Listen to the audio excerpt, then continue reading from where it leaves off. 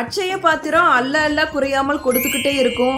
அதே மாதிரி அட்சய திருதியை அன்னைக்கு நம்ம செய்யற செயல்கள் மென்மேலும் பெருக்கும் அப்படிங்கிறது ஐதீகம். அதனாலதான் இந்த நாளைக்கு அட்சய திருதியை அப்படிங்கிற பெயரே வந்தது.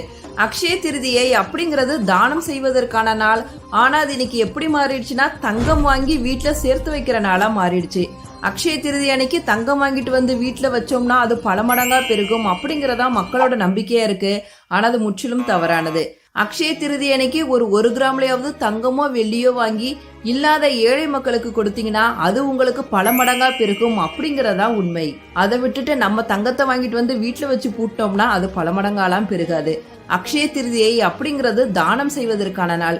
இல்ல எங்களால தங்கம் வெளியெல்லாம் தானம் செய்ய முடியாது அப்படின்னு நினைச்சீங்கன்னா இல்லாத ஏழைகளுக்கு ஒருவேளை உணவு வாங்கி கொடுக்கலாம், அவங்க போடுறதுக்கு ட்ரெஸ் வாங்கி கொடுக்கலாம், இல்ல அரிசி பானகம் நீர்மோர் இந்த மாதிரி தானம் செஞ்சீங்கன்னா உங்களோட செல்வ வளம் பெருகும் அப்படிங்கறதான் அட்சய திருதியோட ஐதீகம். ஒரு பையன் யாசகம் கேட்டு ஒரு வீட்டுக்கு போறான். அந்த வீட்டுல இருந்த அம்மாவோ ஒரு பரம ஏழை, ஐயோ ஒரு சின்ன பையன் பிச்சை கேட்டு வந்திருக்கானே, இவனுக்கு எதையாவது தானம் செய்தே ஆகணுமே அப்படின்னு சொல்லிட்டு வீடு ஃபுல்லா போய் தேடுறாங்க. ஆனா அந்த அம்மாவுக்கு எதுவுமே கிடைக்கல. கடைசியில நெல்லிக்கனி கிடைக்குது. இதை கொண்டு வந்து அந்த பையனுக்கு தானமா கொடுத்துறாங்க.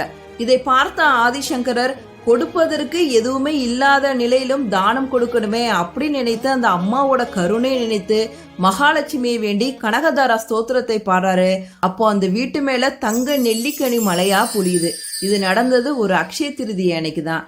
அதனால அக்ஷய திருதி அன்னைக்கு தானம் செஞ்சீங்கன்னா உங்களோட செல்வ வளம் மென்மேலும் பெருகும் அப்படிங்கிறது ஐதீகம். Download ShareChat.